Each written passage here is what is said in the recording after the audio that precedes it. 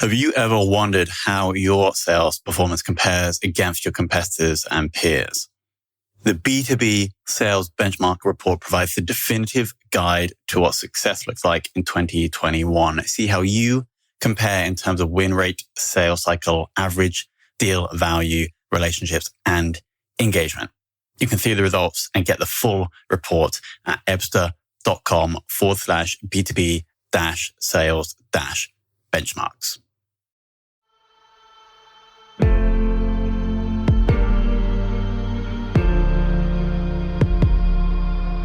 This is Sales Ops Demystified, the #1 most downloaded podcast in sales operations. We invite the brightest minds in sales operations onto the show to deconstruct the why, what, and how behind rep productivity, forecasting, metrics, and all things revenue. This podcast is brought to you by Ebsta, the leading customer engagement platform for Salesforce.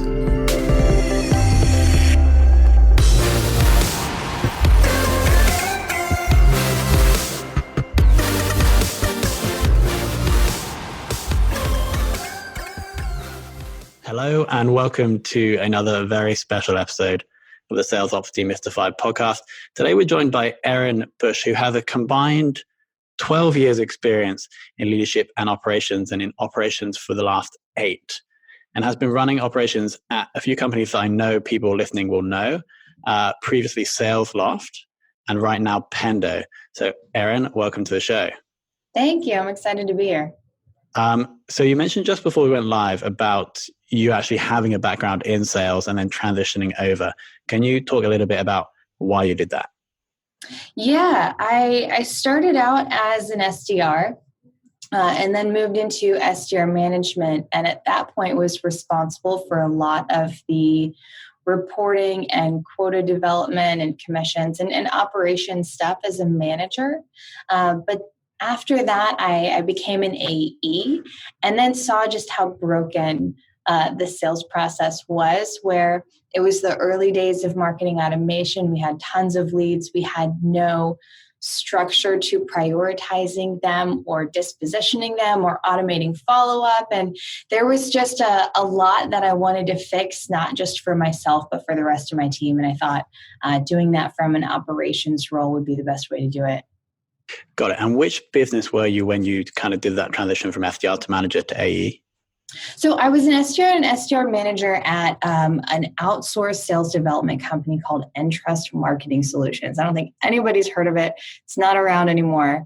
And then I was an AE at Alfresco. They're definitely still around. They're an open source content management software. Got it. Cool. And then from there, you moved into sales ops, and the rest is history. The rest is history. Yes, I got to start at a couple of companies that you didn't mention, but then move into being the first ops hire at SalesLoft and really learning the end-to-end process and working with that company as they scaled. I mean, that must have been an amazing experience. How many people did they have when you joined as the first ops person? There were maybe 90 people total at that time. And what was the scale when you left? I think closer to 300. Cool. It was growing really fast, for the few years that I was there. Yeah, I can imagine. And then, so fast forward to today then, and you're currently running the revenue operation or revenue operations at Pendo. What's the size of the sales team and what's the size of the operations team? So the sales team is about 90 people, and that's specifically sales, not including sales development and customer success. The revenue team is closer to, I think, 150, 175. It's definitely getting up there. The operations team is under 10. We are scrappy and in need of growing. I'm fairly new to Pendo. I just started at the end of 2020. So right now we're putting in place all of our plans for what we need to do this year to set up for scale, how we need to grow as a team. So there's a lot to come. Got it. And when you say the revenue team is 150, is that success, marketing, and salespeople? No, I wasn't including marketing in that. I was including success and sales. Yeah. Makes sense. And then 9 to 10 in the ops. And that ops team, does that span just success and sales? Historically, it's just been sales. Cool. When I came in December, there was a sales operations team and an enablement team of one. And so we're looking to really redefine actually revenue operations is what we're calling it, to say that our internal customers are sales development, sales, and customer success. They're the primary revenue teams that we work with. And in order to do that, we'll need to grow the team. And then enablement as well, I'm grouping under revenue operations. Got it. I know I believe we use Pendo Epster, and we're seeing some good results. So I'm sure there's growth to come this year. Question about the current sales-related tech stack you're using. Mm-hmm. Yeah, I can just run. Do you want me to run down the list? So we have what I think is pretty traditional SaaS tech stack, where we have, inbounds coming from marketing automation. We have lean data for routing matching. We use Outreach for sales engagement, ZoomInfo for data enrichment. Everything is based around Salesforce. Those are the main, key players in our sales tech stack. Got it. And you mentioned marketing automation. Which tool? Marketo. Marketo. Cool. Okay. Awesome. Okay. So I want to talk more about the 90 sales reps. Do you, from your experience, like extensive experience working with salespeople, do you have any tips on productivity or maybe something you've done previously that has significantly affected productivity of reps? That's a good question. So my goal is always to make things very, very simple and very clear. So one of the things that was actually launched before I got here, but that we're continuing to roll out and reinforce, is our sales methodology, so that we are very clear on, throughout our entire customer journey, where someone is, who from the Pendo team is involved, what they're doing, and just simplifying all of those stages so that sales is not spinning their wheels trying to, research or connect with customer success when it's not the right time, but they know exactly what they need to do at any given point in time. And then giving them the right metrics and the right reports so that they know if they're doing all of the right things to push their deals forward and to be successful. So it's really definitions and then metrics and making them crystal clear. Got it. So having a very clear methodology and then clearly showing metrics for different stages so they can manage and understand what's going on. Yes. Yeah. I think that, sales by gut is, the way things really used to be, but there's so much more that we can see now from what the salesperson has done and also what the customer has done to say, this is what's likely to happen. These are your deals that are likely to close. This is where you might want to spend your time and give them guidance. So to be a resource to help them to be successful, that's really our goal. Got it. And then also about, let's say you do have to tweak the methodology or start tracking a new metric, which is going to change what the rep is doing and maybe make them do a little bit more work. How would you go about kind of explaining to the rep that this is what we need to do in order to improve everything?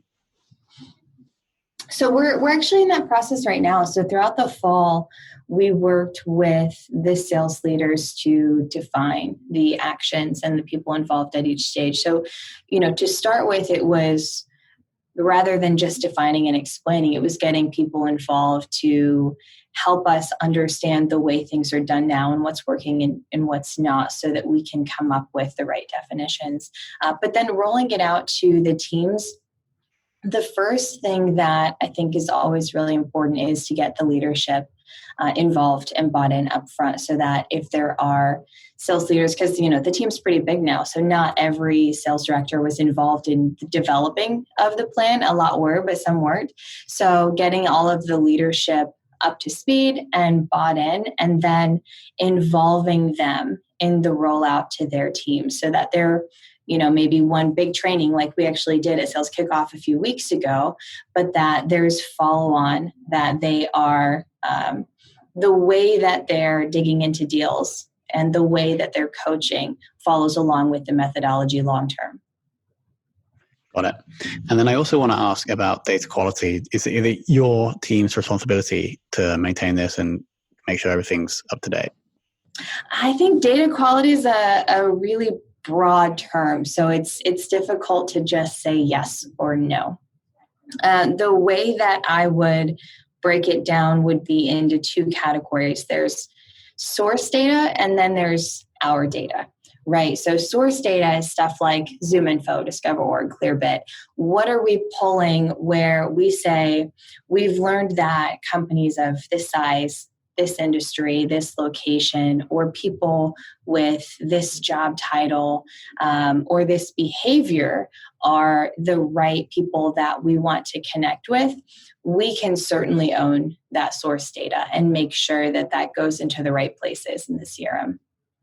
Our data is a little bit more complicated, and that's where we have to work in partnership with both sales and with customer success to say, we want to know usage metrics, defining clearly what those are, how we connect Salesforce into the platform, how we, report those up to the teams. There's a lot more complexity there, and that's actually something that we're actively updating at the moment. So that's the first thing I thought of. But then also, what a customer's spending with us when they renew, all of those things, that requires things to be put into the system manually and correctly. So I think we're the owners of the system, and then we have to work with the people that feed that data in.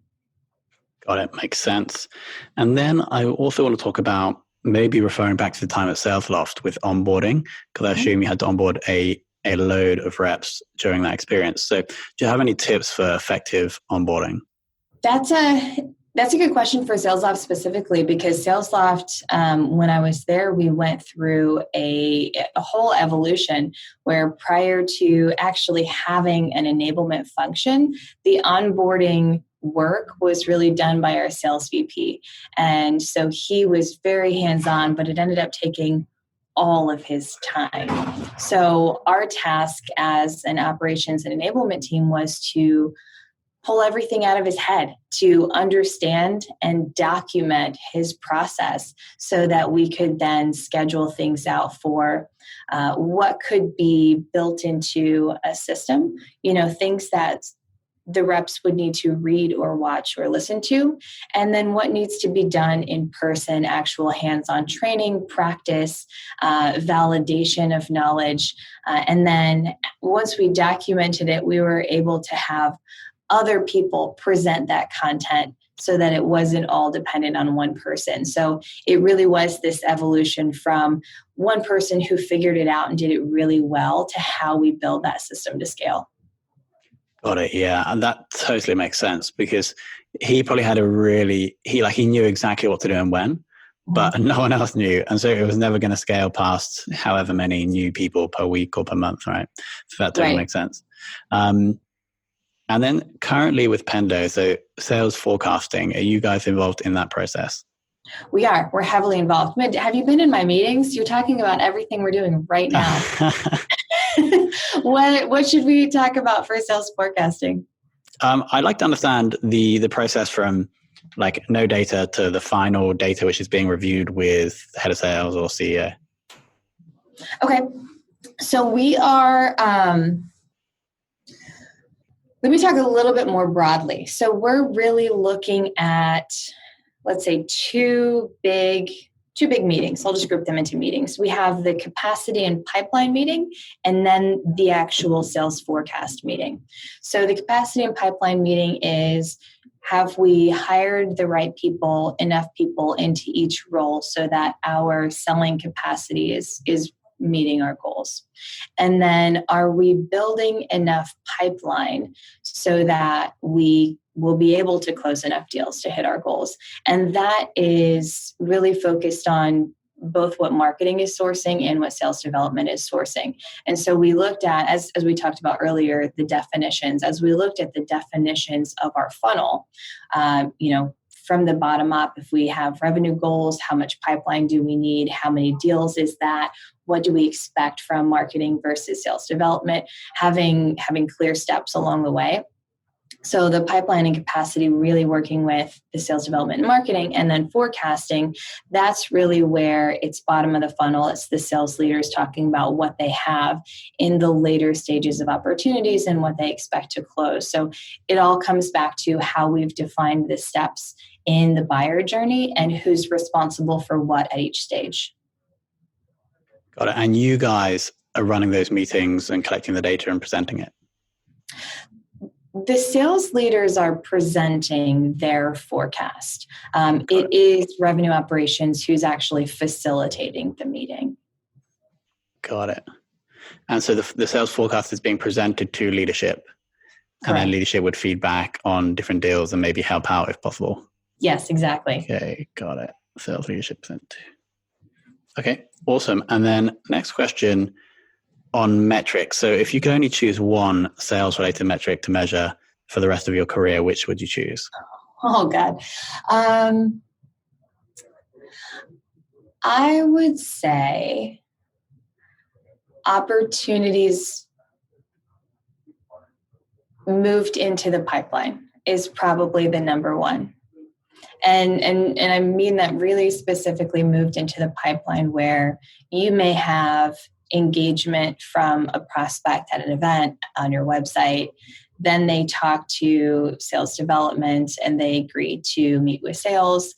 And then sales meets with them, validates their need, accepts the opportunity, and moves it into pipeline. So they've gone through several steps before that actually happens. And at that point, we know that they have a need and we can work with them and figure out how to close it.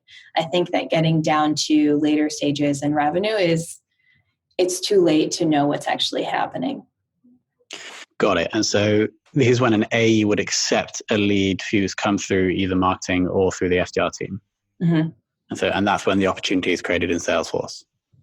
It's actually after the opportunity is created. We have SDRs create the opportunity, and then the AE progresses it. Got it. So it's almost like acceptance of the opportunity by the AE. Yeah, I think that would, if I had to pick one, I would pick that one. Yeah, cool. Makes sense. AE progress. Awesome. And then final question is, who throughout your career has influenced or educated you the most? So, having worked in smaller startups, I actually had never worked for a sales ops or revenue ops leader until now at Pendo. So I primarily worked for a CRO or CEO or COO who was, where I was having to learn what was needed by the business and figure it out on the operations side, and then learn from my peers in operations roles at other companies. So there's a lot of knowledge transfer and a lot of people that I've learned from.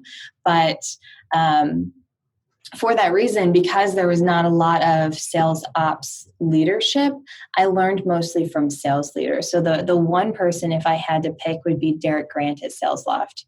He was really good at saying, here's a business problem. Here's what I think we should measure to figure out where we're executing and where we're not. And then please help me figure out how to do it. And so I would have the mission to go into the system, dig into the data, figure out what was happening. But he would bring me these questions and these challenges, and it was always, it would always make me think and figure things out. And I learned a ton through that process. Got it. Well, shout out to Derek. Yeah. Erin, so thank you so much, by the way. Here are the things I picked out. Here are the things that I noted down on my sheet. The way you split, no one else, you've had about 75 guests, I think. No one else has split data quality in between those two areas, and then had different plans or approached those two, the shared versus ours, in different ways. So I thought that was quite interesting. Giving the sales reps clarity in terms of the way they sell, but also the metrics, I think is I think a lot of sales ops people could benefit by doing that. And then the final one was, it's a very simple metric. Like some people come on the show and then we'll give a metric that's like super hard to calculate and it's like super advanced. But then this is literally just how many accepted opportunities are coming into the pipeline, which I think is a very clear way of understanding the health of the sales organization, right? So yeah. Thank you so much for coming on. Absolutely. Thank you for having me.